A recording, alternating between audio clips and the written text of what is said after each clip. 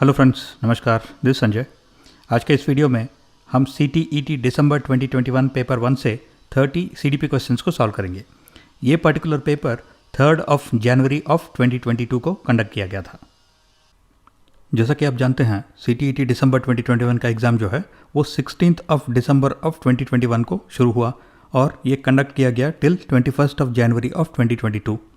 यानी कि ये एग्ज़ाम जो है वो 23 डिफरेंट डेज़ के ऊपर कंडक्ट किया गया। तो हमारे पास अभी 23 डिफरेंट वर्जन्स ऑफ पेपर 1 होंगे फ्रॉम दिसंबर 2021।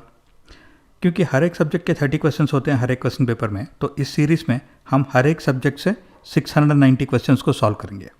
ये 690 क्वेश्चंस जो है ये पूरा सिलेबस को कवर करते हैं ताकि आपको आने वाले एग्ज़ाम के प्रिपरेशन में आसानी हो जाए। तो चलिए शुरू करते हैं। एज पर कॉन्टेम्पररी पर्सपेक्टिव्स, यानी आजकल के जो लेटेस्ट साइंटिफिक थॉट्स और बिलीव्स है, उनके हिसाब से बच्चे का development, child development is which of the following. अब ये क्वेश्चन आंसर करने से पहले हमें ये समझ लेना चाहिए कि बच्चे का जो डेवलपमेंट है वो वेरियस फैक्टर्स के थ्रू इफेक्ट होता है। कुछ फैक्टर्स हेरिडिटरी होते हैं, यानी कि बच्चे के जीन्स में होते हैं। जैसे कि अगर बच्चे के माँ बाप जो है बहुत ही टॉल है तो बच्चा भी टॉल हो सकता है, तो ये हो गए हेरिडिटरी फैक्टर्स। नेक्स्ट, सोशल और कल्चरल फैक्टर्स, ये बहुत ही इफेक्ट करते हैं बच्चे के डेवलपमेंट को। और फिजिकल और इकोनॉमिक बैकग्राउंड जिसमें वो बच्चा बढ़ रहा है वो भी इफेक्ट करता है बच्चे के डेवलपमेंट को।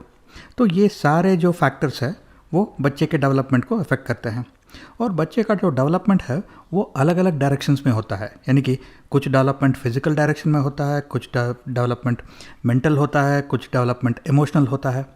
तो यहाँ पे ये सारे हो गए फैक्टर्स विच अफेक्ट डेवलपमेंट और ये सारे हो गए डायरेक्शंस ऑफ डेवलपमेंट। अब एक एक करके ऑप्शन देखते हैं। पहला बोल रहा है uniform across children and specific milestones are definitely achieved by all children as they reach certain age. ये गलत स्टेटमेंट है। ये गलत इसलिए है क्योंकि सारे बच्चों का जो डेवलपमेंट है वो यूनिफॉर्म नहीं होता।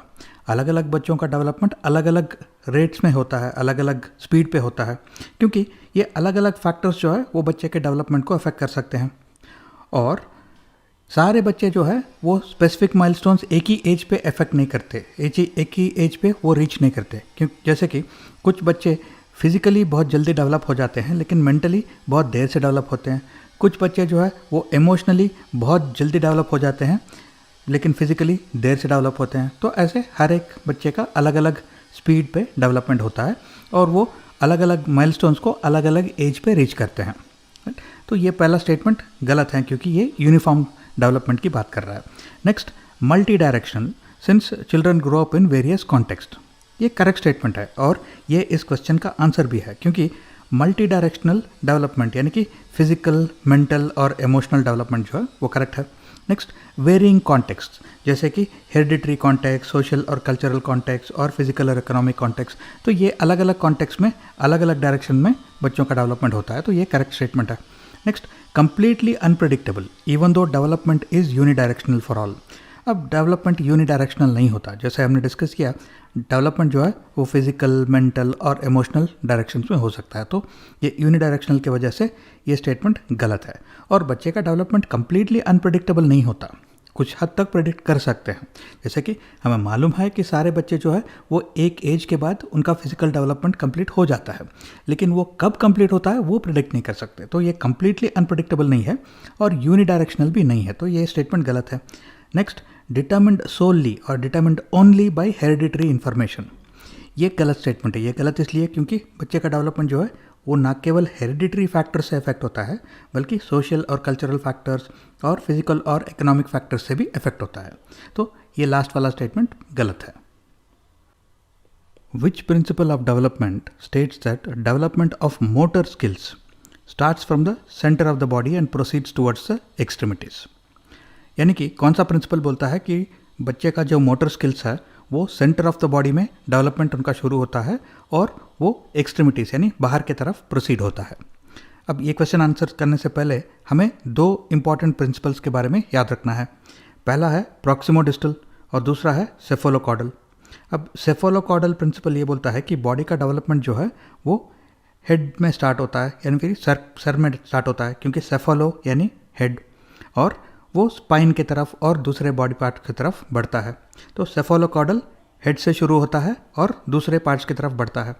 और प्रॉक्सिमोडिस्टल प्रिंसिपल ये बोलता है कि डेवलपमेंट ऑफ मोटर स्किल्स जो है वो पहले अंदर की तरफ शुरू होते हैं, यानी स्पाइन और हाथ और पाँव पहले डेवलप होते हैं। बच्चा पहले हाथ पाँव को हिलाना सीखता है, कंट्रोल करना सीखता है, उसके बाद में जो एक्सट्रीमिटीज़ है यानी फिंगर्स और टोस, ये कंट्रोल करने के लिए या फिर हिलाने के लिए सीखता है। तो सेफोलोकॉडल बोलता है डेवलपमेंट सर में स्टार्ट होता है और दूसरे बॉडी पार्ट्स की तरफ बढ़ता है। और प्रॉक्सिमोडिस्टल ये बोलता है कि डेवलपमेंट जो है वो अंदर के तरफ से स्टार्ट होता है और फिर बाहर के तरफ वो प्रोसीड होता है। तो यहाँ पे क्योंकि हमें पूछा जा रहा है कि सेंटर ऑफ द बॉडी से आउटसाइड कौन सा प्रिंसिपल ऑफ डेवलपमेंट बोल रहा है, तो वो हो गया प्रॉक्सिमोडिस्टल, यानी प्रॉक्सिमो इनसाइड और डिस्टल यानी आउटसाइड। तो ये करेक्ट आंसर है। At which stage of development do children actively engage in make believe play? अब make believe play क्या होता है? make believe play वो imaginary games होते हैं जिसमें बच्चे अपने आप को कैरेक्टर की तरह या फिर एनिमल्स की तरह इमेजिन करते हैं, जैसे कि वो प्रिंस है या प्रिंसेस है, या फिर कुछ कार्टून में उन्होंने कुछ एनिमल्स देखा है जैसे कि वो लायन किंग में से लायन है। तो ऐसे वो अपने आप को डिफरेंट कैरेक्टर्स में इमेजिन करके गेम्स खेलते हैं, तो उसे बोलते हैं मेक बिलीव प्ले। अब हमें आइडेंटिफाई करना है कि ये मेक बिलीव प्ले किस उम्र में ज़्यादातर होता है। क्या ये इन्फेंसी में होता है? इन्फेंसी 0 to 2 years होता है। एट दिस एज बच्चे ज़्यादा गेम्स नहीं खेल रहे हैं, तो इन्फेंसी में नहीं हो सकता। Next early childhood 3 to 5 years होता है। इस एज में बच्चों का इमेजिनेशन जो है वो डेवलप हो रहा है और वो अभी भी इतने सेल्फ कॉन्शियस नहीं है कि उनको शर्म आ जाए कि अगर मैं अपने आप को प्रिंसेस की तरह बता के घूम रहा हूँ या फिर अपने आप को एनिमल की तरह बता के घूम रहा हूँ तो लोग क्या सोचेंगे। तो ऐसा सेल्फ कॉन्शियस भी नहीं होता उनको। तो अर्ली चाइल्डहुड में जो है बच्चे बहुत सारे इमेजिनरी गेम्स खेलते हैं, मेक बिलीव प्ले होता है। तो ये करेक्ट आंसर है। मिडिल चाइल्डहुड जो है वो 6 to 12 years होता है और अडोलेसेंस 13 to 17 years होता है। इस एज में बच्चे ऑलरेडी काफ़ी बड़ा हो चुके हैं, तो इस एज में जो है उनका सेल्फ कॉन्शियसनेस भी बहुत बढ़ जाता है। तो वो चाहे तो भी इमेजिनरी गेम्स खेलने से कतराते हैं क्योंकि उनको ये हमेशा लगता है कि बाकी लोग क्या सोचेंगे, मेरे फैमिली लोग में जो देखेंगे तो वो क्या सोचेंगे। तो इमेजिनरी गेम्स या फिर मेक बिलीव प्ले जो है वो ज़्यादातर अर्ली चाइल्डहुड में होता है। तो ये करेक्ट आंसर है। Which of the following are secondary agencies of socialization, यानी कि इनमें से सेकेंडरी एजेंसीज ऑफ सोशलाइजेशन कौन से हैं आइडेंटिफाई करना है। ये बहुत ही सिंपल क्वेश्चन है लेकिन बहुत ही इंपॉर्टेंट है क्योंकि हर साल इस तरह का एक क्वेश्चन डेफिनेटली आता है और इसे याद रखना भी बहुत सिंपल है क्योंकि फैमिली हमेशा फर्स्ट आता है। तो फैमिली फर्स्ट या फिर प्राइमरी एजेंसी ऑफ सोशलाइजेशन होता है, बाकी सारे जो है वो सेकेंडरी एजेंसीज ऑफ सोशलाइजेशन होते हैं। तो मीडिया 2 और रिलीजियस इंस्टीट्यूशंस 3 और स्कूल 4 ये सेकेंडरी एजेंसीज ऑफ सोशलाइजेशन है। तो 2, 3 and 4 जो है वो इस क्वेश्चन का करेक्ट आंसर है। तो आपको सिर्फ ये याद रखना है कि फैमिली कम्स फर्स्ट। तो फैमिली जो है वो हमेशा प्राइमरी एजेंसी ऑफ सोशलाइजेशन होता है। रूही 3 पेंसिल्स के साथ खेल रही है और पहले वो ए और बी को कंपेयर करती है और ये देखती है कि ए जो है वो बी से लंबा है, और फिर पेंसिल्स बी और सी को कंपेयर करती है और ये देखती है कि पेंसिल बी जो है वो सी से लंबा है। अब पेंसिल ए और सी को कंपेयर किए बिना ही वो ऑटोमेटिकली ये जान लेती है कि पेंसिल ए जो है वो सी से लंबा होना चाहिए। तो यहाँ पे क्वेश्चन पूछ रहा है कि as per John Piaget's theory ये किस तरह का कॉग्निटिव डेवलपमेंट दिखा रही है। तो यहाँ पे करेक्ट आंसर है ट्रांजिटिव थॉट, यानी कि ट्रांजिटिव इन्फरेंस या फिर ट्रांजिटिव थॉट जो है वो एक एबिलिटी है जिसमें बच्चे प्रीवियस नॉलेज या फिर प्री एग्जिस्टिंग नॉलेज को यूज़ करके एक मिसिंग पीस ऑफ इंफॉर्मेशन या फिर एक नया पीस ऑफ नॉलेज को वो ऑटोमेटिकली डेवलप कर पाते हैं।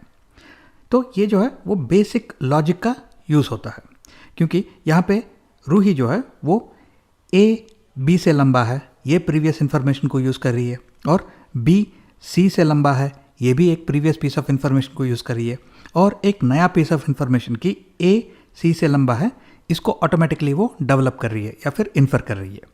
तो यहाँ पे करेक्ट आंसर है transitive thought.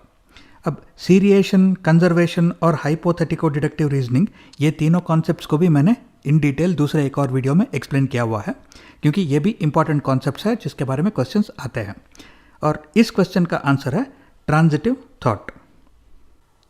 According to Jean Piaget's theory of cognitive development, children in operational stage are capable of which of the following? यानी कि जॉन पियाजे के कॉग्निटिव डेवलपमेंट थियरी के अनुसार ऑपरेशनल स्टेज में जो बच्चे हैं उनके कैपेबिलिटी में ये इनमें से कौन से एबिलिटीज़ होते हैं? क्या वो रिवर्सिबिलिटी दिखा सकते हैं? क्या वो हाइपोथेटिको डिडक्टिव रीजनिंग कर सकते हैं? क्या वो एब्स्ट्रैक्ट थिंकिंग के कैपेबल है? क्या वो प्रोपोर्शनल रीजनिंग को यूज़ कर सकते हैं? अब यहाँ पे एक्चुअली क्वेश्चन ही गलत है। क्वेश्चन गलत इसलिए क्योंकि जॉन पियाजे के थियरी ऑफ कॉग्निटिव डेवलपमेंट के अंदर 4 डेवलपमेंटल स्टेजेस होते हैं। पहला है सेंसरी मोटर स्टेज, उसके बाद में 3 ऑपरेशनल स्टेजेस होते हैं, pre operational stage, concrete operational stage and formal operational stage. क्योंकि यहाँ पे क्वेश्चन में सिर्फ ऑपरेशनल स्टेज लिखा है और ये नहीं बताया गया है कि ये प्री, कॉन्क्रीट या फिर फॉर्मल ऑपरेशनल स्टेज है, तो इसके वजह से ये क्वेश्चन इनकम्प्लीट है और गलत है और एग्जाम में सारे कैंडिडेट्स को इस क्वेश्चन के लिए फुल मार्क्स दिए गए थे। विच of the following stage is not proposed by Lawrence Kohlberg in his moral reasoning theory? यानी कि लॉरेंस कोलबर्ग के मॉरल रीजनिंग का जो थियरी है उनमें से कौन सा स्टेज नहीं है, ये हमें आइडेंटिफाई करना है। अब लॉरेंस कोलबर्ग के मॉरल रीजनिंग थियरी में एक प्री कन्वेंशनल लेवल है जो फर्स्ट लेवल है, और फिर एक कन्वेंशनल लेवल है जो सेकंड लेवल है, और पोस्ट कन्वेंशनल या फिर प्रिंसिपल लेवल है जो कि थर्ड लेवल में आता है। तो कन्वेंशनल, पोस्ट कन्वेंशनल और प्री कन्वेंशनल यहाँ पे कवर्ड है, लेकिन अनकन्वेंशनल जो है वो यहाँ पे इस थियरी में नहीं है। तो ये इसका करेक्ट आंसर है क्योंकि हमें नॉट प्रपोज्ड को आइडेंटिफाई करना है। एक टीचर है जो अपने क्लासरूम में जो टीचिंग एंड लर्निंग प्रोसेस को यूज़ कर रही है वो लेव वाइगॉट्स्की के सोशल कंस्ट्रक्टिविज्म प्रिंसिपल के ऊपर डिज़ाइन करना चाहती है। तो अब इसे इनमें से कौन से पॉइंट को अवॉइड करना चाहिए? अब पहले तो हमें ये जान लेना चाहिए कि ये लेव वाइगॉट्स्की का सोशल कंस्ट्रक्टिविज्म प्रिंसिपल क्या है। हालांकि ये थोड़ा बड़ा थियरी है, लेकिन इसका एक बहुत ही सिंपल एक्सप्लेनेशन ये है कि अगर बच्चे का सोशल इंटरेक्शन हो रहा है, यानी कि उसके पीयर्स, जो दूसरे क्लासमेट्स और उसके जो फ्रेंड्स हैं उसके साथ उनका इंटरेक्शन हो रहा है, और उसके फैमिली के साथ इंटरेक्शन हो रहा है, उसके कम्युनिटी के साथ, टीचर के साथ, तो अगर बच्चे का इंटरेक्शन, सोशल इंटरेक्शन हो रहा है बहुत सारे लोगों के साथ और वहाँ से उनको थोड़ा थोड़ा सा इन्फॉर्मेशन मिलता है। अब ये सारा जो छोटे छोटे पीसेस ऑफ इन्फॉर्मेशन है इनको लेके बच्चे अपने दिमाग में खुद नॉलेज का कंस्ट्रक्शन करते हैं। यानी कि जो सोशल इंटरेक्शन से उन्हें जो पीसेस ऑफ इन्फॉर्मेशन मिलता है तो उसे अपने दिमाग में वो नॉलेज के रूप में कंस्ट्रक्ट करते हैं। तो ये हो गया बहुत ही सिंपल एक्सप्लेनेशन सोशल कंस्ट्रक्टिविज्म का। अब हमें देखना है कि अगर सोशल कंस्ट्रक्टिविज्म प्रिंसिपल का यूज़ करना है तो इनमें से कौन से पॉइंट को अवॉइड करना है। पहला है designing teaching and learning principles based on social context. अब ये जो है ये अवॉइड नहीं करना है क्योंकि सारे जो भी टीचिंग एंड लर्निंग एक्सपीरियंसेस है वो सोशल कॉन्टेक्स्ट के बेसिस पे होने चाहिए। जैसे कि अगर एक क्लासरूम में सोर्सेस ऑफ वाटर के बारे में डिस्कशन हो रहा है, अगर ये डिस्कशन एक गांव में, एक विलेज के स्टूडेंट्स के साथ हो रहा है, तो वहाँ पे अगर सोर्सेस ऑफ वाटर में वेल को भी इंक्लूड किया जाता है तो बच्चे समझ पाते हैं कि हाँ, कुआं, वेल जो है वो एक सोर्स ऑफ वाटर होता है। और अगर टैप को आप एक सोर्स ऑफ वाटर बोलते हो तो शायद बहुत सारे बच्चों के घर में टैप नहीं है, तो वो शायद इससे कनेक्ट नहीं कर पाते, उसे समझ नहीं पाते। लेकिन अगर आप यही सोर्सेस ऑफ वाटर डिस्कशन एक शहर में कर रहे हो, तो अगर शहर के बच्चों को आप well is a source of water बोलते हो तो शायद उनमें से बहुत सारे बच्चों ने एक कुआं कभी देखा ही नहीं है, तो उनके लिए जो है टैप जो है एक करेक्ट कॉन्टेक्चुअल एग्जाम्पल हो जाता है। तो जो भी आप टीचिंग एंड लर्निंग एक्सपीरियंसेस दे रहे हो बच्चों को वो सोशल कॉन्टेक्स्ट के हिसाब से होना चाहिए ताकि वो रिलेवेंट हो, तो इसे तो अवॉइड नहीं करना है। Next, closely observing the students attempting to learning, ये करेक्ट स्टेटमेंट है और इसे अवॉइड नहीं करना है क्योंकि टीचर सिर्फ सिखाने से काम नहीं होता, बच्चों को ऑब्जर्व भी करना चाहिए उसे, ताकि उसे पता चले कि बच्चे क्या सीख रहे हैं, क्या नहीं सीख रहे हैं। तो क्लोजली ऑब्जर्विंग द स्टूडेंट्स जो है वो उसे अवॉइड नहीं करना चाहिए। Next, use of formal standardize test to assess learning. अगर फॉर्मल स्टैंडर्डाइज टेस्ट यूज़ करते हैं तो सारे बच्चों को एवेल्यूएट नहीं कर सकते क्योंकि ये स्टैंडर्ड फॉर्मलाइज टेस्ट जो है वो सिर्फ एक तरह के असेसमेंट होते हैं। कुछ बच्चे प्रैक्टिकल असेसमेंट्स में अच्छा परफॉर्म करते हैं, कुछ बच्चे थियोरेटिकल असेसमेंट में या फिर रिटन एग्ज़ाम में अच्छा परफॉर्म करते हैं। तो टीचर को अलग अलग तरह के असेसमेंट्स या अलग अलग तरह के टेस्ट यूज़ करने चाहिए असेस करने के लिए बच्चों को। तो using only formal standardize test जो है वो गलत है और इसे अवॉइड करना चाहिए। तो इस क्वेश्चन का आंसर यही है। Next, providing scaffolding when needed. Scaffolding का मतलब है सपोर्ट। तो बच्चों को जब चाहिए तब सपोर्ट देना टीचर की जिम्मेदारी है, तो ये अवॉइड नहीं करना चाहिए। To facilitate a student's learning, which of the following is suggested by Lev Vygotsky in his theory of social constructivism? अब ये क्वेश्चन आंसर करने से पहले हमें पहले जान लेना चाहिए कि ये सोशल कंस्ट्रक्टिविज्म क्या है। जैसे कि मैंने ऑलरेडी एक्सप्लेन किया है, सोशल कंस्ट्रक्टिविज्म का एक बहुत ही सिंपल एक्सप्लेनेशन ये हो सकता है कि पहले तो एक सोशल इंटरेक्शन होना चाहिए, यानी बच्चा अपने पीयर्स के साथ, यानी जो उसके उम्र के जो और बच्चे हैं उनके साथ, उसके फैमिली के साथ, उसके टीचर्स के साथ, उसके कम्युनिटी के साथ, जब बच्चा इन सब के साथ इंटरैक्ट करता है एक सोशल कॉन्टेक्स्ट में, तो उसको थोड़ा इन्फॉर्मेशन मिलता है सबसे, और ये सारे जो छोटे छोटे पीसेस ऑफ इन्फॉर्मेशन है उसको लेके बच्चा खुद अपने दिमाग में नॉलेज को कंस्ट्रक्ट करता है, राइट।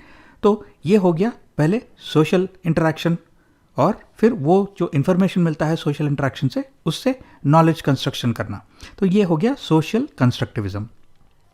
अब सोशल कंस्ट्रक्टिविज्म के लिए ये बहुत ज़रूरी है कि बच्चे का इंटरैक्शन हो, राइट। तो पीयर कोलैबोरेशन, यानी बच्चे का अपने उम्र के बच्चों के साथ या अपने क्लासमेट्स के साथ जो इंटरैक्शन या कोलैबोरेशन होता है वो बहुत ही ज़रूरी है, और वो एक इम्पॉर्टेंट पार्ट है सोशल इंटरैक्शंस का। तो ये लेव वाइगोट्स्की ने रेकमेंड किया है या फिर सजेस्ट किया है अपने थियरी में। तो ये इस क्वेश्चन का करेक्ट आंसर है, पीयर कोलैबोरेशन। अब बाकी options, non interference of cultural tools, यानी कल्चरल टूल्स को एजुकेशन में यूज़ नहीं करना चाहिए। और लास्ट वाला है डी कॉन्टेक्चुअलाइज्ड करिकुलम, यानी करिकुलम कॉन्टेक्चुअल नहीं होना चाहिए। ये दो स्टेटमेंट्स एब्सोल्युटली गलत है, क्योंकि कल्चर और कॉन्टेक्स्ट बहुत ही इंपॉर्टेंट होते हैं एजुकेशन में। जैसे कि अगर हम बच्चों को ब्रेकफास्ट के बारे में सिखा रहे हैं, ब्रेकफास्ट के बारे में बात कर रहे हैं, अगर मैं बच्चों को बोलता हूँ बच्चों आपको हेल्थी ब्रेकफास्ट खाना चाहिए, रोज़ आपको सीरियल, सॉसेजेस, मफिन्स और पैनकेक खाना चाहिए, तो बहुत सारे बच्चों को शायद समझ में भी नहीं आएगा कि मैं क्या बात कर रहा हूँ, क्योंकि सीरियल, सॉसेजेस, मफिन्स, पैनकेक्स जो है वो इंडिया में कॉमन ब्रेकफास्ट नहीं है। तो इंडिया के कॉन्टेक्स्ट में, इंडिया के कल्चर के हिसाब से अगर मुझे बच्चों को ठीक से नॉलेज देना है, तो अगर मैं उन्हें एग्जाम्पल देता हूँ कि हाँ ब्रेकफास्ट में आप इडली, डोसा, पूरी, लिट्टी चोखा या फिर चपाती खा सकते हैं, तो बच्चों को समझ में आएगा, क्योंकि ये फूड आइटम्स जो है ये इंडियन कल्चर और इंडियन कॉन्टेक्स्ट में सही है। तो इस तरह non interference of cultural tools और डी कॉन्टेक्चुअलाइजेशन जो है वो गलत ऑप्शन है। और जो बचा हुआ ऑप्शन है वो है रोट मेमोराइजेशन। रोट मेमोराइजेशन यानी रट्टा मारना। रट्टा मारना तो कभी भी उसे कम्प्लीटली डिस्करेज किया जाता है, तो ये गलत ऑप्शन है। तो सिर्फ पीयर कोलैबोरेशन जो है वो यहाँ पे करेक्ट ऑप्शन है, और ये लेव वाइगोट्स्की ने सजेस्ट भी किया है अपने थियरी में। A teacher in a progressive classroom should believe in which of the following. अब ये प्रोग्रेसिव क्लासरूम क्या होता है? एक प्रोग्रेसिव क्लासरूम वो होता है जहाँ पे बच्चे पार्टिसिपेट कर रहे हैं टीचिंग एंड लर्निंग प्रोसेस में।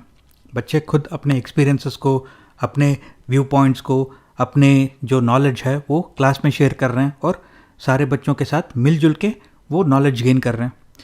तो प्रोग्रेसिव क्लासरूम में एक कोऑपरेटिव और कोलैबोरेटिव लर्निंग होता है। तो अब एक एक करके ऑप्शन देखते हैं। पहला है कि class should always be in strict control and only teacher should dictate instruction. ये गलत स्टेटमेंट है, क्योंकि एक प्रोग्रेसिव क्लासरूम में स्टूडेंट्स को भी पार्टिसिपेट करना चाहिए टीचिंग एंड लर्निंग में, क्योंकि वो भी खुद अपने एक्सपीरियंसेस को शेयर कर रहे हैं, वो भी अपना नॉलेज शेयर कर रहे हैं दूसरे बच्चों के साथ। तो सिर्फ टीचर जो है अगर वो क्लास में इंस्ट्रक्शन डिक्टेट कर रही है और हमेशा बहुत ही स्ट्रिक्ट कंट्रोल में है क्लासरूम, तो ये प्रोग्रेसिव क्लासरूम नहीं हो सकता। Next, learning takes place only in the classroom. ये कम्प्लीटली गलत स्टेटमेंट है, क्योंकि बच्चों का जो लर्निंग है वो क्लासरूम में हो सकता है, घर में हो सकता है, बाहर जब जाते हैं वहाँ हो सकता है, फील्ड ट्रिप्स के थ्रू हो सकता है। तो लर्निंग जो है बहुत सारे जगहों में होता है। तो ये गलत स्टेटमेंट है अगर बोलते हैं कि लर्निंग सिर्फ क्लासरूम में होता है। Next, learners bring a rich variety of experiences with them in the classroom. ये करेक्ट स्टेटमेंट है, क्योंकि अगर आप क्लास में बर्ड्स के बारे में बात करते हो तो हर एक बच्चे को अगर पूछते हो कि बर्ड्स के बारे में तुम्हें क्या मालूम है बताओ, तो वो बच्चे जो है अपने एक्सपीरियंसेस शेयर करेंगे क्लासरूम में। उन्होंने किस तरह के बर्ड्स देखे हुए हैं, उनके घर में किस तरह के बर्ड्स को पेट्स की तरह पाले हुए हैं, वो अलग अलग एक्सपीरियंसेस को शेयर कर सकते हैं। तो learners bring a rich variety of experience with them into the classroom, ये करेक्ट स्टेटमेंट है और इस क्वेश्चन का आंसर भी है। और लास्ट वाला है learners learn most meaningfully only through drill and practice. ये गलत स्टेटमेंट है। ये गलत इसलिए क्योंकि ड्रिल एंड प्रैक्टिस का मतलब है रट्टा मारना। क्योंकि अगर आप बच्चों को एक प्रॉब्लम देते हो और बोलते हो कि इस प्रॉब्लम को तुम तब तक रिपीट करते रहो जब तक ये तुम्हें याद ना रह जाए, राइट, तो वो हो गया ड्रिल एंड प्रैक्टिस। अब ड्रिल एंड प्रैक्टिस का एक प्रोग्रेसिव क्लासरूम में ज़्यादा कुछ यूज़ नहीं किया जाता। तो drill and practice is the only way to learn meaningfully बोलता है ये स्टेटमेंट, तो ये स्टेटमेंट गलत है। Which of the following theorists dismiss that intelligence is unitary and propose that there exist several distinct independent intelligences? यानी कि इनमें से किसने ये कहा कि इंटेलिजेंस सिर्फ एक तरह का नहीं होता, यूनिटरी नहीं होता, बल्कि इंटेलिजेंस कई तरह के हो सकते हैं और कई तरह के अलग इंडिपेंडेंट टाइप ऑफ इंटेलिजेंसेस हो सकते हैं। यानी कि कुछ बच्चे जो है वो म्यूजिकली स्मार्ट होते हैं और कुछ बच्चे शायद एथलेटिकली स्मार्ट हो, और ये भी हो सकता है कुछ बच्चे म्यूज़िक में भी शार्प है और एथलेटिक में भी शार्प है, और कुछ बच्चे जो है जब दूसरों के साथ इंटरेक्ट करते हैं तो उनका इंटरपर्सनल स्किल जो है वो बहुत अच्छे हैं, और कुछ बच्चे जो है वो म्यूज़िक में भी स्ट्रांग हो सकते हैं और लैंग्वेज में भी स्ट्रांग हो सकते हैं। तो इस तरह से अलग अलग तरह के इंटेलिजेंस हो सकते हैं और एक ही बच्चे में एक से ज़्यादा टाइप के इंटेलिजेंस हो सकते हैं। तो ये हावर्ड गार्डनर ने कहा था। तो इस क्वेश्चन का आंसर है हावर्ड गार्डनर। लेकिन यहाँ पे जो 4 नाम दिए गए हैं, जॉन पियाजे, हावर्ड गार्डनर, लेव वाइगोट्स्की और लॉरेंस कोलबर्ग, ये चारों जो है बहुत ही इम्पॉर्टेंट थियरिस्ट है सीडीपी में, और इन सब के बारे में आपको डेफिनेटली कम्प्लीटली पढ़ लेना चाहिए क्योंकि इनके बारे में और इनके थियरीज के बारे में डेफिनेटली हर साल क्वेश्चंस आते हैं। तो ये मैंने एक सेपरेट वीडियो में इन डिटेल कवर किया हुआ है, तो वो वीडियो आप देख सकते हैं। एक लड़का है रोहन, जिसको किसी ने एक टॉय डॉल दिया, जैसे कि एक बारबी डॉल, और वो बोलता है कि I don't like this toy, मुझे ये टॉय पसंद नहीं है क्योंकि बॉयज़ जो है वो डॉल्स के साथ नहीं खेलते। तो ये स्टेटमेंट किस चीज़ का एग्जाम्पल है?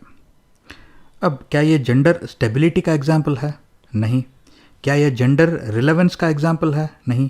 क्या ये जेंडर डिस्क्रिमिनेशन का एग्जाम्पल है? नहीं। ये एक जेंडर स्टीरियोटाइप का एग्जाम्पल है और इस क्वेश्चन का आंसर है जेंडर स्टीरियोटाइप। ये जेंडर स्टीरियोटाइप क्या होता है? स्टीरियोटाइप एक तरह का एक्सपेक्टेशन होता है जो बच्चे सीख लेते हैं। जैसे कि अगर आप जब छोटे हैं बच्चे, तब से अगर एक बच्चे को सिर्फ आप कार्स और गन्स दोगे तो वो बॉय जो है वो ये सीख लेगा कि बॉयज़ को हमेशा कार्स और गन के साथ ही खेलना चाहिए। और एक लड़की को अगर आप बचपन से सिर्फ डॉल्स और किचन सेट दोगे तो वो सबकॉन्शियसली ये सीख लेगी कि मुझे सिर्फ ऐसे टॉयज़ के साथ खेलना चाहिए। और अगर उसके दोस्त और उसके फैमिली मेम्बर्स बोल रहे हैं कि अरे तुम तो लड़की हो, तुम ऐसे टॉयज़ के साथ क्यों खेल रही हो, तो एक तरह का एक्सपेक्टेशन बिल्ड हो जाता है। तो ये एक एक्सपेक्टेशन जो जेंडर के बेसिस पे है उसे बोलते हैं जेंडर स्टीरियोटाइप, और ये बच्चों को सिखाया जाता है आइदर कॉन्शियसली और सबकॉन्शियसली। और ये ज़रूरी नहीं है कि बच्चे जो है वो एक ही तरह के टॉय के साथ खेलें। ये ज़रूरी नहीं है कि बॉयज़ जो है वो सिर्फ कार्स या फिर गन्स के साथ खेलें, और ज़रूरी नहीं है कि लड़कियां जो है वो सिर्फ किचन सेट के साथ खेलें। ये सिर्फ बच्चों को सिखाया जाता है। तो ये होता है gender stereotype. A teacher facilitates and supports the students to work on multiple drafts of an essay over a period of 1 month. यानी एक क्लास के बच्चों को एक एसे लिखना होता है, तो टीचर जो है 1 मंथ के ऊपर उन स्टूडेंट्स को हेल्प कर रही है ये एसे को ड्राफ्ट करने के लिए। जैसे कि पहले एक ड्राफ्ट वो लोग बनाते हैं तो टीचर उसको पढ़ती है और फीडबैक देती है कि तुमने कहाँ पे ठीक लिखा है, कहाँ पे तुम्हें इम्प्रूव करना है। तो बच्चे जो है अगले हफ्ते एक और ड्राफ्ट बनाते हैं, फिर से टीचर उसको पढ़ती है, फीडबैक देती है। तो इस तरह से अलग अलग ड्राफ्ट्स बनते जाते हैं और फाइनली एक फाइनल ड्राफ्ट बनता है जो final version of the essay है। अब असेसमेंट के लिए टीचर जो है वो सिर्फ final version of the essay नहीं देख रही है, बल्कि जितने भी ड्राफ्ट्स उन बच्चों ने बनाए थे पहले उन सबको कंसिडर कर रही है। और ये असेसमेंट जो है वो 1 महीने के ऊपर हो रहा है। तो ये किस तरह का असेसमेंट है? ये फॉर्मेटिव असेसमेंट है, क्योंकि यहाँ पे बच्चों को सिर्फ फाइनल एसे पे असेस नहीं किया जा रहा है, बल्कि उनके सारे जो एसेस है over a period of 1 month, और उनके एसे लिखने का प्रोसेस, वो कैसे फीडबैक ले रहे हैं और वो कैसे अपने आप को इम्प्रूव कर पा रहे हैं, ये पूरा प्रोसेस जो है वो टीचर देख रही है और उसके ऊपर वो असेस कर रही है बच्चों को। तो इस फॉर्मेटिव असेसमेंट का जो पर्पस है वो सिर्फ ये नहीं कि ये डिसाइड करे कि बच्चे पास है या फेल है।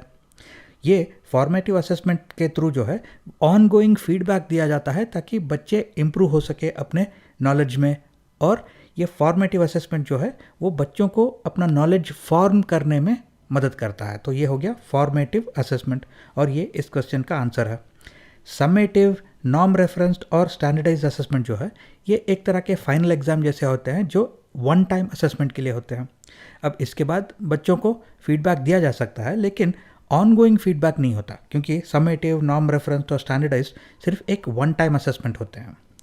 तो ये सारे जितने भी तरह के असेसमेंट है उनके बारे में आपको पढ़ लेना चाहिए, क्योंकि इनके बारे में क्वेश्चंस डेफिनेटली आएंगे हर साल। इस क्वेश्चन का आंसर है फॉर्मेटिव असेसमेंट। इन्हें मल्टीलिंगुअल क्लासरूम, यानी कि एक क्लासरूम में जहाँ पे अलग अलग बैकग्राउंड के बच्चे हैं जो अलग अलग तरह के लैंग्वेजेस बोलते हैं, उनके मदर टंग्स अलग है, तो ऐसे क्लासरूम में टीचर को क्या करना चाहिए? Discourage the use of native language for communication.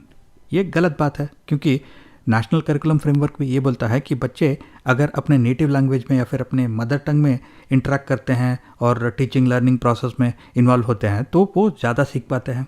तो नेटिव लैंग्वेज को डिस्करेज करना गलत बात है। Next, recognize only the predominant language that is used by the majority students. एक क्लास में अगर बहुत सारे बच्चे हैं जो एक लैंग्वेज बोलते हैं और एक छोटा सा ग्रुप है जो एक और लैंग्वेज बोलते हैं, तो इसका मतलब ये नहीं कि वो जो बच्चे छोटे ग्रुप में हैं उनको डिस्करेज किया जाए, बल्कि सारे बच्चों को अपॉर्चुनिटी मिलना चाहिए कि वो अपने अपने नेटिव लैंग्वेज में या मदर टंग में टीचिंग एंड लर्निंग प्रोसेस में पार्टिसिपेट कर सके। तो सिर्फ मेजॉरिटी लैंग्वेज को प्रोत्साहन करना ये गलत बात है, तो ये भी गलत स्टेटमेंट है। Next, create awareness about the diversity of languages and allow their use as per the students preference. ये करेक्ट स्टेटमेंट है और ये कोई इस क्वेश्चन का आंसर भी है, क्योंकि अलग अलग बच्चों को अगर एक अपॉर्चुनिटी मिलता है अपने लैंग्वेज में बोलने का, तो सारे बच्चों को पता चलता है कि इंडिया में कितने सारे तरह के लैंग्वेजेस है, और सारे बच्चे अगर अपने अपने मदर टंग में या फिर अपने नेटिव टंग में पार्टिसिपेट करते हैं टीचिंग एंड लर्निंग प्रोसेस में, इसमें सारे बच्चों को हेल्प हो जाएगा और बच्चे भी जल्दी सीख पाते हैं बहुत सारे कॉन्सेप्ट्स को। तो ये करेक्ट स्टेटमेंट है। और लास्ट वाला है, discourage the use of languages other than target language such as English. ये गलत बात है, क्योंकि एनसीएफपी ये बोलता है कि सिर्फ इंग्लिश को नहीं सिखाना चाहिए क्लास में, बल्कि अलग लैंग्वेजेस भी होने चाहिए। तो एक तो है जो लैंग्वेज 2, लैंग्वेज 3 है वो भी क्लास में सिखाए जाएंगे, और बच्चे जो है वो फॉर्मली लिखाई पढ़ाई वो जो क्लासरूम में लैंग्वेजेस है उसमें ही करेंगे। लेकिन इसका मतलब ये नहीं कि नेटिव लैंग्वेज या फिर मदर टंग को टोटली डिस्करेज किया जाए।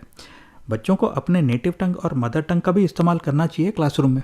तो इंग्लिश भी एक पार्ट ऑफ द करिकुलम है, लैंग्वेज 1, लैंग्वेज 2 भी पार्ट ऑफ द करिकुलम है, और नेटिव लैंग्वेज या फिर मदर टंग भी एक इम्पॉर्टेंट हिस्सा होता है टीचिंग एंड लर्निंग प्रोसेस का।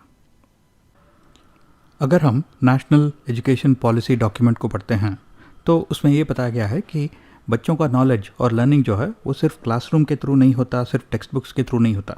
बच्चे जो है वो क्लासरूम के बाहर भी बहुत कुछ सीख सकते हैं, और टेक्स्ट बुक्स के अलावा भी उन्हें बहुत सारा नॉलेज प्राप्त हो सकता है। यानी कि सिर्फ प्री डिटर्मिन्ड कंटेंट पे फोकस करना, यानी सिर्फ टेक्स्ट बुक्स पे और सिलेबस पे फोकस करना जो है ये गलत है।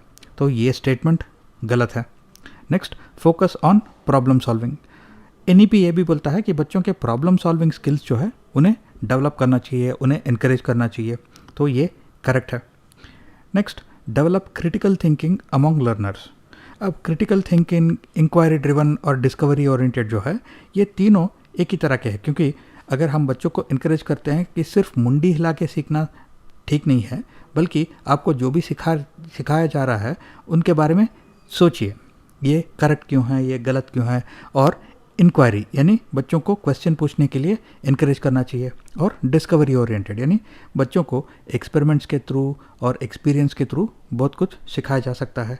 तो क्रिटिकल थिंकिंग यानी एक सब्जेक्ट के सब पहलुओं के ऊपर ध्यान देना और इंक्वायरी ड्रिवन यानी क्वेश्चन पूछना और डिस्कवरी ओरिएंटेड यानी एक्सपीरियंस और एक्सपेरिमेंटेशन के थ्रू सीखना, तो ये सारे एस्पेक्ट्स को NEP में इनकरेज किया गया है। यानी कि 2, 3 और 4 जो है वो करेक्ट है। तो इस क्वेश्चन का आंसर है 2, 3 एंड 4। एक टीचर जो है वो सिलेबस कंप्लीट करने के लिए हमेशा क्लास में एक प्रिफर्ड ग्रुप ऑफ लर्नर्स या स्टूडेंट्स को अपॉर्चुनिटी देती है क्वेश्चंस आंसर करने के लिए। तो टीचर का एक्शन क्या सही है या गलत है, ये हमें आइडेंटिफाई करना है। अब ये प्रिफर्ड ग्रुप ऑफ लर्नर्स जो है उन्हें हम टीचर्स पेट्स भी बुला सकते हैं। ये वो स्टूडेंट्स होते हैं जो हमेशा फर्स्ट होते हैं क्वेश्चंस को आंसर करने के लिए, फर्स्ट हाथ उठाते हैं जब भी टीचर कोई क्वेश्चन पूछती है। अब अगर टीचर सिर्फ इन स्टूडेंट्स को अपॉर्चुनिटी दे रही है क्वेश्चंस को आंसर करने के लिए, तो वो बाकी बच्चों को इक्वली ट्रीट नहीं कर रही है, उनको अपॉर्चुनिटी नहीं दे रही है कि वो भी टीचिंग और लर्निंग प्रोसेस में पार्टिसिपेट कर सकें। तो ये एक्चुअली गलत बात है और टीचर का जो बिहेवियर है वो करेक्ट नहीं है। अब ऑप्शंस को देखते हैं। पहला है is justified for completing the syllabus. अब सिर्फ सिलेबस कंप्लीट करना टीचिंग एंड लर्निंग प्रोसेस का पर्पज़ नहीं है, तो ये गलत स्टेटमेंट है क्योंकि सारे बच्चों को अपॉर्चुनिटी नहीं मिल रहा है, सारे बच्चे शायद नहीं सीख पा रहे हैं।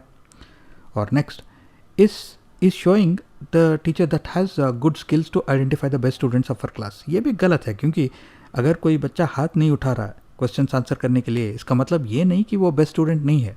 कुछ बच्चे जो है वो नेचुरली थोड़ा शाई होते हैं, वो हाथ नहीं उठाते इजीली, लेकिन टीचर को ये इंश्योर करना चाहिए कि सारे बच्चों को अपॉर्चुनिटी मिले क्वेश्चंस को आंसर करने के लिए।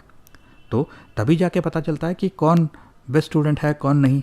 सिर्फ कुछ बच्चे जो अग्रेसिव है या फिर जो बहुत ही एंथुजियास्टिक है और हमेशा हाथ उठाते हैं, अगर टीचर सिर्फ उनको अपॉर्चुनिटी दे रही है तो सबको इक्वल अपॉर्चुनिटी नहीं मिल रहा है। तो नेक्स्ट वाला है is depriving other students of equal opportunity. तो ये करेक्ट स्टेटमेंट है क्योंकि सिर्फ इस प्रिफर्ड ग्रुप पे फोकस करने से बाकी बच्चों को इक्वल अपॉर्चुनिटी नहीं मिल रहा है, तो ये करेक्ट स्टेटमेंट है। लास्ट वाला है would be effective in ensuring equal participation of all students. ये तो एब्सोल्युटली गलत है क्योंकि अगर सिर्फ एक ही ग्रुप पे फोकस किया जा रहा है तो बाकी बच्चों को इक्वल पार्टिसिपेशन का कैसे मौका मिल रहा है, तो ये गलत है। तो सिर्फ ऑप्शन 3 जो है इस क्वेश्चन का आंसर है। ये क्वेश्चन आंसर करने से पहले आपको ये 3 तरह के जो लर्निंग डिसेबिलिटीज़ हैं इनके बारे में थोड़ा जानकारी रखना चाहिए क्योंकि इनके बारे में बहुत ही फ्रीक्वेंटली क्वेश्चंस पूछे जाते हैं। पहला है डिसलेक्सिया। लेक्सिया यानी रीडिंग, सो डिसलेक्सिया जो है वो डिफ़िकल्टी इन रीडिंग होता है।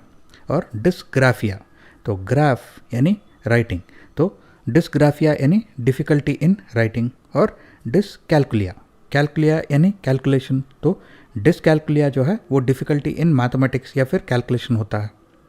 तो यहाँ पे क्वेश्चन में पूछा गया है कि डिसकैल्कुलिया जिन स्टूडेंट्स को है अगर उनको भी आपके क्लासरूम में इंक्लूड करना है तो इनमें से कौन से आप स्टेप्स यूज़ कर सकते हो। तो सारे ऑप्शंस देखते हैं। तो सेकंड ऑप्शन जो है वो बोल रहा है कि provide visual calculators and math apps for students. तो अगर आप स्टूडेंट्स को विजुअल कैलकुलेटर्स और मैथ ऐप देते हो तो जिन स्टूडेंट्स को मैथ्स और कैलकुलेशंस में डिफ़िकल्टी है वो आसानी से बाकी बच्चों के साथ कीप अप कर सकते हैं। तो providing visual calculators and math apps to students ये बेस्ट तरीका होता है to include students with dyscalculia. Which of the following materials will not be useful for teaching children with visual impairment? यानी कि इनमें से कौन सा मटेरियल जो है वो विजुअली इम्पेयर्ड बच्चों को सिखाने के लिए बेनिफिशियल नहीं है।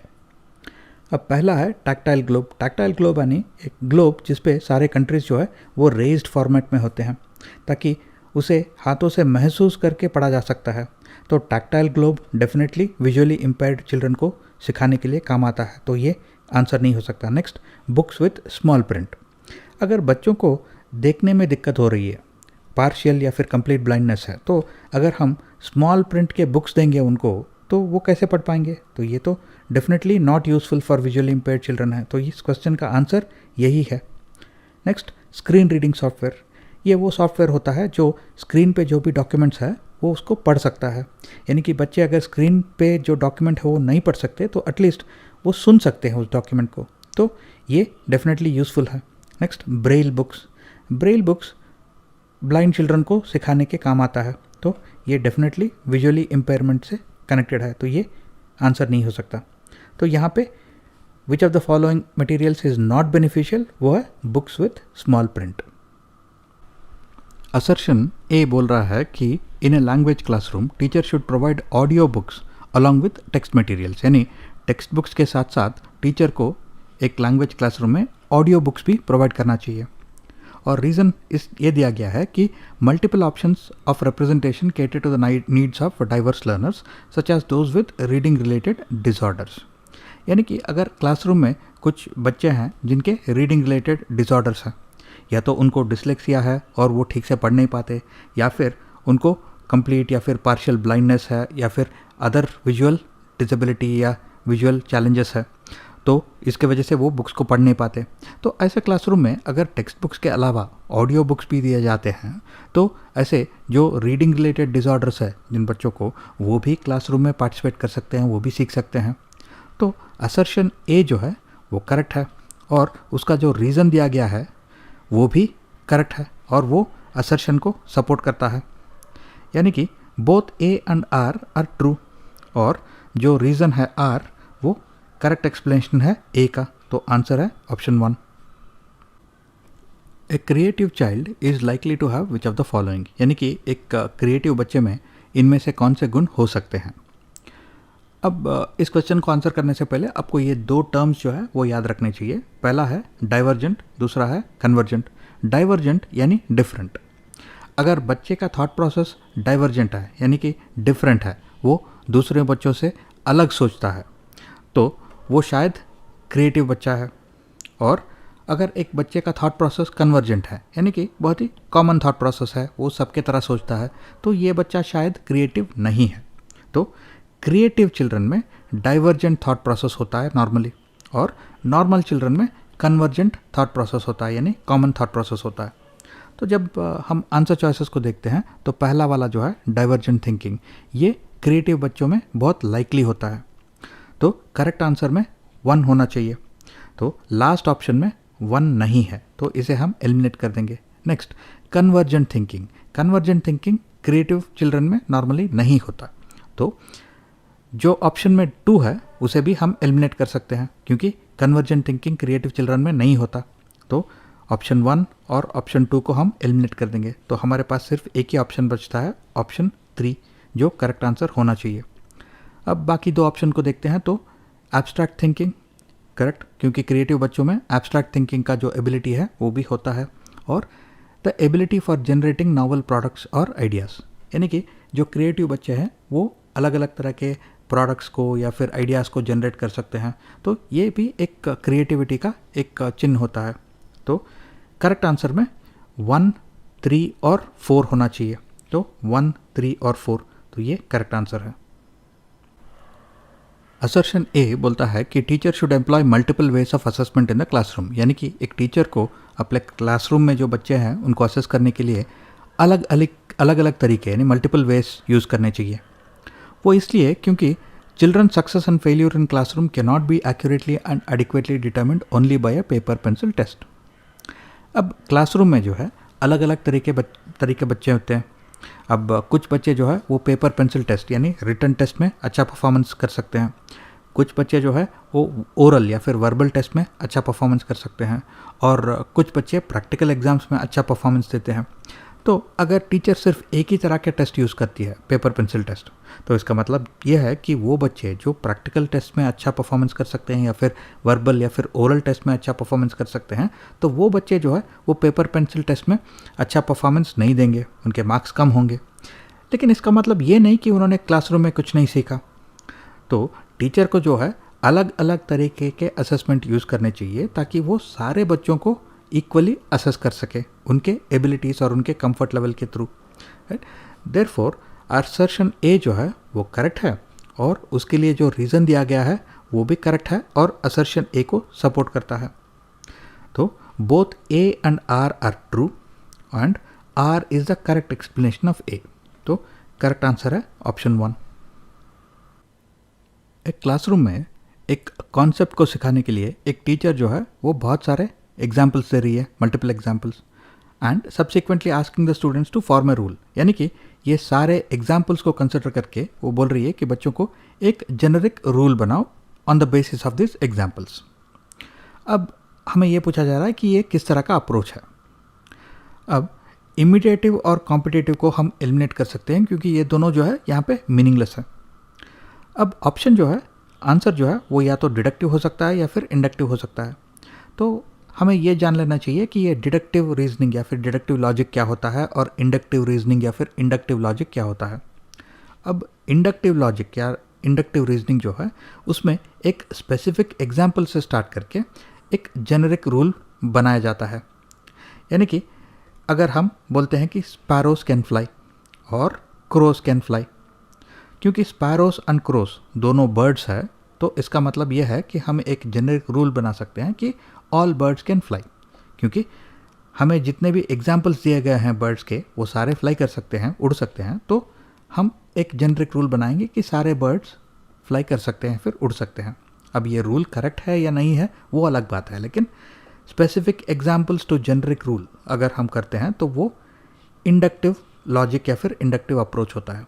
नेक्स्ट, डिडक्टिव लॉजिक या फिर डिडक्टिव रीजनिंग में एक जेनरिक रूल से स्टार्ट करके स्पेसिफिक एग्जाम्पल की तरफ बढ़ते हैं।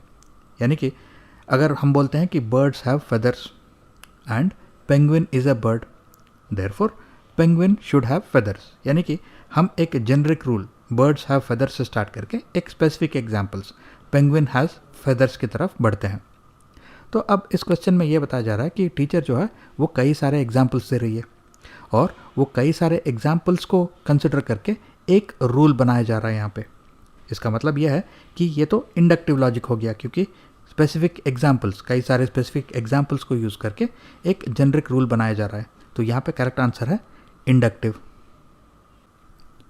To gain cooperation of students in classroom management a teacher should do which of the following, यानी कि अगर क्लासरूम में डिसिप्लिन मेंटेन करने के लिए, ऑर्डर मेंटेन करने के लिए अगर टीचर को स्टूडेंट्स का कोऑपरेशन चाहिए तो इनमें से कौन से स्टेप्स को उसे यूज़ करना चाहिए।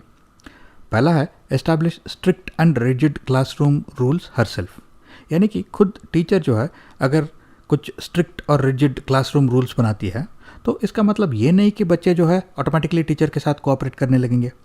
अब ज़रूरी नहीं है कि सारे बच्चे जो है ये स्ट्रिक्ट और रिजिड रूल्स को फॉलो करें, तो ये करेक्ट आंसर नहीं है क्योंकि इसमें कोऑपरेशन का कोई भी एस्पेक्ट नहीं है। Next, frequently complain to parents about students misbehaviour.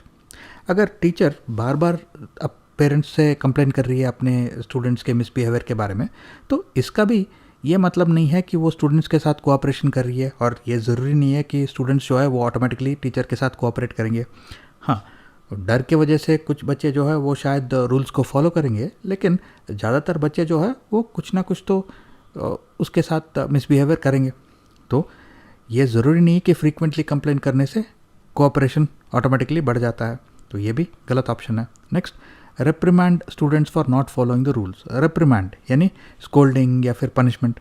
अगर बार बार स्टूडेंट्स को रिप्रिमांड किया जाता है, स्कोल्ड किया जाता है, पनिश किया जाता है फॉर नॉट फॉलोइंग रूल्स, इसका मतलब ये नहीं कि ऑटोमेटिकली स्टूडेंट्स कोऑपरेट करने लगेंगे टीचर के साथ, तो ये भी गलत ऑप्शन है। लास्ट वाला है establish norms and rules for classroom in collaboration with students.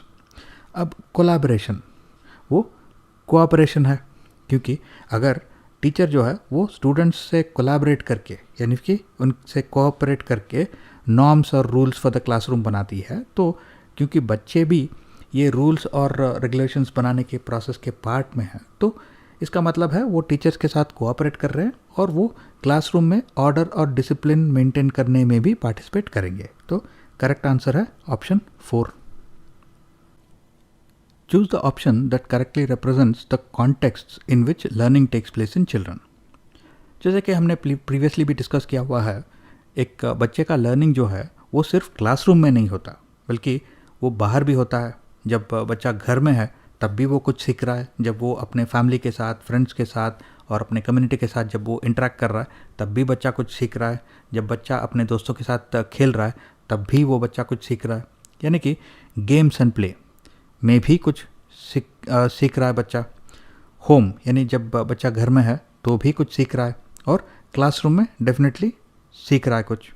यानी कि करेक्ट आंसर है 1, 2 एंड 3, क्योंकि ये सारे तीनों जो कॉन्टेक्स्ट है, इन तीनों कॉन्टेक्स्ट में बच्चा कुछ ना कुछ तो सीख रहा है। तो करेक्ट आंसर है 1, 2 and 3। Which of the following is not an effective way to facilitate problem solving skills among students. यानी कि बच्चों को अगर प्रॉब्लम सॉल्विंग स्किल्स सिखाना है तो इनमें से कौन सा इफेक्टिव वे नहीं है, ये आइडेंटिफाई करना है। पहला है facilitate discussion on the topics and encourage students for participation. अगर क्लास में एक प्रॉब्लम को बच्चे डिस्कस कर रहे हैं और सारे बच्चों को अगर आप इनकरेज कर रहे हो पार्टिसिपेट करने के लिए, तो बच्चे एक दूसरे से सीख रहे हैं, एक दूसरे का जो व्यू पॉइंट है वो जान रहे हैं, तो एक ही प्रॉब्लम को वो अलग अलग एंगल से देख पा रहे हैं। तो इससे जो है प्रॉब्लम सॉल्विंग स्किल्स जो है वो फैसिलिटेट होते हैं, यानी इम्प्रूव होते हैं। तो facilitating discussions and encouraging students to participate जो है वो डेफिनेटली एक अच्छा तरीका है to facilitate problem solving skills. Next, encourage students to brainstorm and generate ideas to solve the problem. अब ब्रेनस्टॉर्मिंग जो है वो भी डिस्कशन की तरह है, यानी कि सारे बच्चे जो है वो एक ग्रुप में डिस्कस कर रहे हैं और अलग अलग तरीके के आइडियाज़ जनरेट कर रहे हैं प्रॉब्लम सॉल्व करने के लिए। तो ये भी एक अच्छा तरीका है प्रॉब्लम सॉल्विंग स्किल्स सिखाने के लिए, क्योंकि बच्चे जो है वो एक दूसरे से सीख रहे हैं और ये तो है पीयर लर्निंग होता है, जो कि बहुत ही इफेक्टिव लर्निंग टेक्निक होता है। Next, providing students with a variety of learning materials to find solution for the problem. अब बच्चों को अगर आप कुछ टेक्स्ट बुक्स देते हो, रेफरेंस बुक्स देते हो, इंटरनेट एक्सेस देते हो और वो कुछ एक्सपर्ट से बातें कर सकते हैं, तो ये अलग अलग लर्निंग मटेरियल्स होते हैं। तो वो प्रॉब्लम को इन डेप्थ समझ पाते हैं और अलग अलग तरीके के सॉल्यूशंस जो है वो भी वो देख सकते हैं, और इस तरह से जो है प्रॉब्लम सॉल्विंग स्किल्स जो है वो इम्प्रूव होते हैं, क्योंकि उनके पास अलग अलग तरीके के लर्निंग मटेरियल्स है वो प्रॉब्लम के बारे में समझने के लिए। और लास्ट वाला है emphasize one use of predetermined step by step procedure for every problem. अब अगर आप एक प्रीडिटरमाइंड यानी कि एक पहले से डिसाइड किया हुआ स्टेप बाय स्टेप प्रोसीजर आप बच्चों को सिखाते हो और सिर्फ एक ही वन यूज़ ऑफ वैसा प्रोसीजर आप बच्चों को सिखाते हो, तो इसका मतलब यह है कि बच्चों को वो प्रॉब्लम के बारे में आप सिर्फ एक ही एंगल से सिखा रहे हो। अगर वो प्रॉब्लम में थोड़ी भी चेंज हो जाता है तो वो प्रॉब्लम को नहीं सॉल्व कर पाएंगे। तो ये डेफिनेटली एक अच्छा तरीका नहीं है प्रॉब्लम सॉल्विंग स्किल्स सिखाने के लिए। फॉर एग्ज़ाम्पल, अगर आप बच्चों को ये बहुत ही रिजिड तरीके से सिखाते हो कि 1 + 0.5 इज़ 1.5, और ये बच्चे जो है वो बार बार प्रैक्टिस करके वो सीख लेते हैं। अब अगर कल थोड़ा डिफरेंट टाइप में वही सेम प्रॉब्लम दिया जाता है, जैसे कि 1 + ½ इज इक्वल टू वॉट, हालांकि ये 1 + ½ जो है वो भी एक्चुअली 1 + 0.5 ही है और इसका आंसर जो है सेम ही होना चाहिए, लेकिन क्योंकि आपने बच्चों को ये तरह का जो टेक्निक है वो सिखाया नहीं है, सिर्फ आपने एक ही तरह का predetermined step by step procedure सिखा हुआ है जो प्रॉब्लम नंबर 1 के लिए यूज़ किया गया है। तो अगर प्रॉब्लम थोड़ा अलग तरीका का आता है तो बच्चे सॉल्व नहीं कर पाते। तो ये जो लास्ट वाला है, it is not an effective way of facilitating problem solving skills. तो ये इस क्वेश्चन का आंसर है। Which of this is characteristic of A constructivist classroom, यानी कि इनमें से कौन सा एक कंस्ट्रक्टिविस्ट क्लासरूम का कैरेक्टरिस्टिक या फिर चिन्ह होता है। अब पहला है learners are passive in the process of learning. अब कंस्ट्रक्टिविस्ट क्लासरूम में क्या होता है, बच्चे एक दूसरे से इंटरेक्ट कर रहे हैं, टीचर से इंटरेक्ट कर रहे हैं, बुक्स पढ़ रहे हैं और बाकी जो रिसोर्सेस है उन्हें भी यूज़ कर रहे हैं, और ये अलग अलग सोर्सेस से थोड़ा थोड़ा इन्फॉर्मेशन वो गैदर कर रहे हैं और ख़ुद अपने दिमाग में इस इन्फॉर्मेशन को नॉलेज के रूप में कन्वर्ट कर रहे हैं। तो ये होता है कंस्ट्रक्टिविस्ट क्लासरूम, जहाँ पे बच्चे जो है एक्टिवली नॉलेज को कंस्ट्रक्ट कर रहे हैं, वो इन्फॉर्मेशन को यूज़ कर रहे हैं और उससे नॉलेज को कंस्ट्रक्ट या फिर बिल्ड कर रहे हैं। अब अगर क्लासरूम में लर्नर्स पैसिव है तो ये कंस्ट्रक्टिविस्ट क्लासरूम डेफिनेटली नहीं हो सकता, क्योंकि एक कंस्ट्रक्टिविस्ट क्लासरूम में सारे बच्चों को एक्टिव होना चाहिए, एक दूसरे से इंटरेक्ट करना चाहिए, टीचर से इंटरेक्ट करना चाहिए, बाकी रिसोर्सेज से भी इंटरेक्ट करना चाहिए। तो पैसिव जो है वो कंस्ट्रक्टिविस्ट क्लासरूम का कैरेक्टरिस्टिक नहीं है। Next, maximum emphasis is given on rote memorization of the text book. अब रोट मेमोराइजेशन यानी कि रट्टा मारना, ये जो है ये कंस्ट्रक्टिविस्ट क्लासरूम का एब्सोल्यूट मीनिंग नहीं है, क्योंकि रट्टा मारना जो है वो एब्सोल्यूटली डिस्करेज किया जाता है। तो ये आंसर नहीं हो सकता। Next, asking of questions bye children is not encouraged in the classroom. अगर बच्चे क्वेश्चंस नहीं पूछ रहे हैं क्योंकि उनको क्वेश्चंस पूछने के लिए इंकरेज नहीं किया जा रहा है। तो इसका मतलब ये है कि बच्चे जो है वो बहुत ही पैसिव मोड में सीख रहे हैं। जो टीचर बोल रही है वो याद करने की कोशिश कर रहे हैं, तो ये एक्टिव लर्निंग नहीं है। तो ये कंस्ट्रक्टिविस्ट क्लासरूम नहीं है, क्योंकि ये एक्टिव लर्निंग यहाँ पे नहीं हो रहा है। तो ये भी गलत आंसर है। अब लास्ट वाला है, the previous experiences of the children are used for construction of new knowledge in the classroom.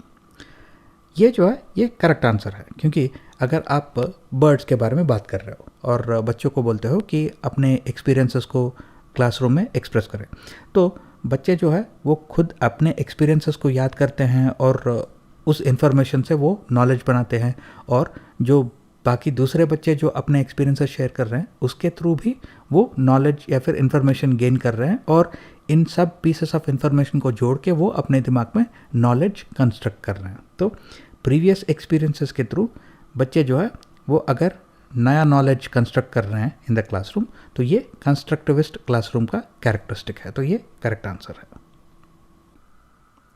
Which of the following belief of a teacher is detrimental to a students learning, यानी कि जो student का learning है, जो teaching and learning process है, उसको अगर हम देखते हैं तो इनमें से कौन सा स्टेटमेंट जो है वो गलत है, जो स्टूडेंट्स के लर्निंग को सपोर्ट नहीं करता। अब पहला है, errors are part of the process of learning. ये करेक्ट स्टेटमेंट है, क्योंकि गलतियां सबसे हो जाते हैं और एरर से या फिर गलतियों से हम सीख सकते हैं। तो गलतियां, एरर्स जो है वो part of the process of learning है। तो ये करेक्ट स्टेटमेंट है।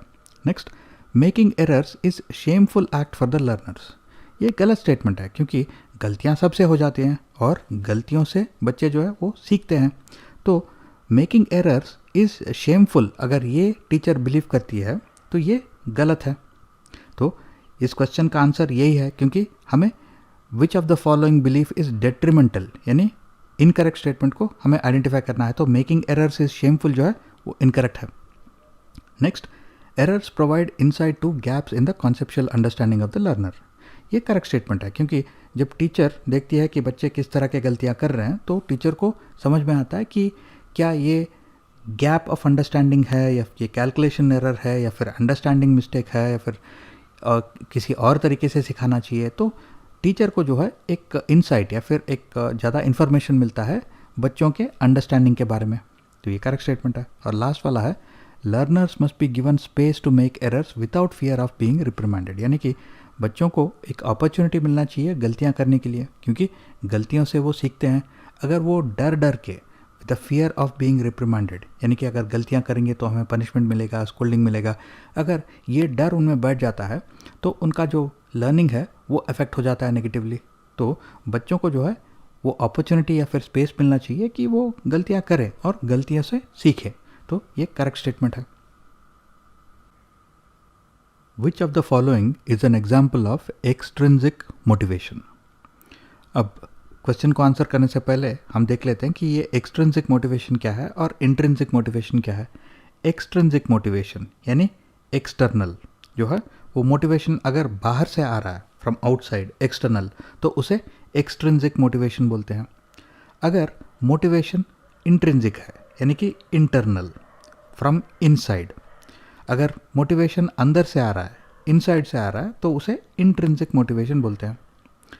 अब ऑप्शंस को देखते हैं। पहला है, while doing research Arman consults various sources to be sure about his learnings.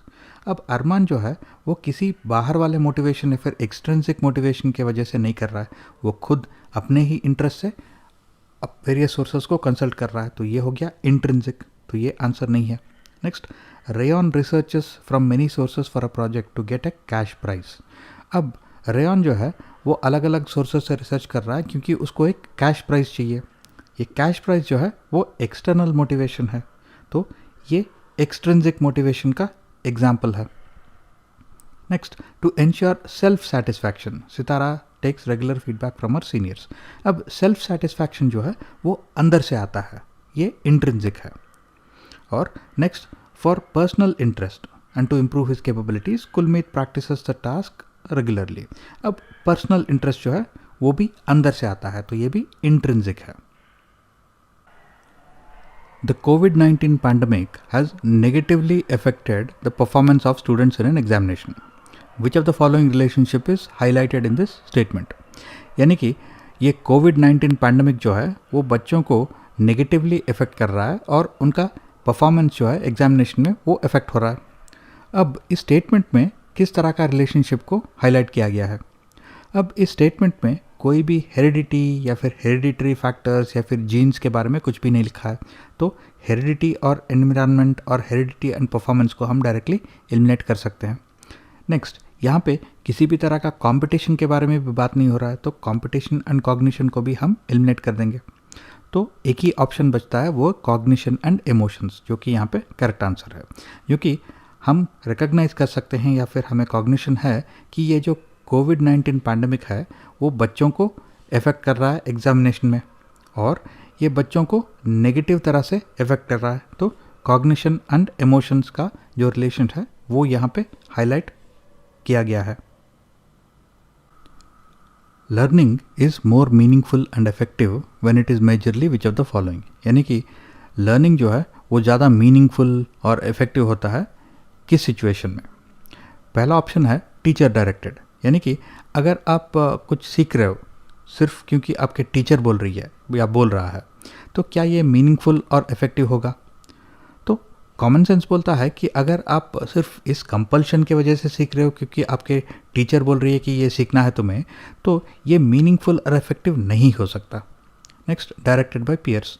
Peers यानी कि आपके जो क्लासमेट्स है या फिर फ्रेंड्स है, अगर उनके प्रेशर के वजह से, उनके बोलने की वजह से आप कुछ सीख रहे हो, that is directed by peers, तो क्या ये मीनिंगफुल और इफेक्टिव होगा? नहीं, क्योंकि आप सिर्फ क्राउड को फॉलो करने की कोशिश कर रहे हो या फिर out of compulsion, just because वो लोग फोर्स कर रहे हैं वो आप कुछ सीख रहे हो, तो ये मीनिंगफुल और इफेक्टिव नहीं हो सकता। नेक्स्ट, टेक्स्ट बुक सेंट्रिक, यानी कि कुछ अगर आप कोई भी चीज़ सिर्फ क्योंकि टेक्स्ट बुक में लिखा है और जिस तरह से टेक्स्ट बुक में लिखा है आप सिर्फ उतना ही लर्न करके आप अपना लर्निंग कंप्लीट करना चाहते हो, तो वो क्या मीनिंगफुल और इफेक्टिव होगा? नहीं, आप सिर्फ वो टेक्स्ट बुक में जो लिखा है उसे कंप्लीट करने की कोशिश कर रहे हो, सिलेबस ख़त्म करने की कोशिश कर रहे हो, तो ये मीनिंगफुल और इफेक्टिव नहीं हो सकता। अब लास्ट वाला है सेल्फ डायरेक्टेड।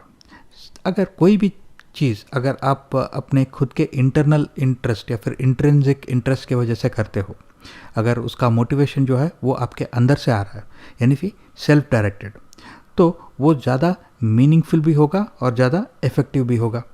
तो शायद बच्चे हो या फिर बड़े हो, अडल्ट हो, सेल्फ डायरेक्टेड अगर कोई भी आप काम करते हो तो वो ज़्यादा मीनिंगफुल और इफ़ेक्टिव होता है। तो ये इस क्वेश्चन का आंसर है। तो और इसी के साथ हमने इस क्वेश्चन पेपर के जो 30 CDP क्वेश्चंस है वो हमने सॉल्व कर लिए हैं। अगर आपके कुछ क्वेश्चंस, कमेंट्स या फीडबैक है तो नीचे कमेंट सेक्शन में उनको डाल दीजिएगा और मैं उनको आंसर कर दूंगा। तो thank you, that's it for now, और मैं आपसे फिर से मिलता हूँ अगले वीडियो में। Till then, stay safe and take care.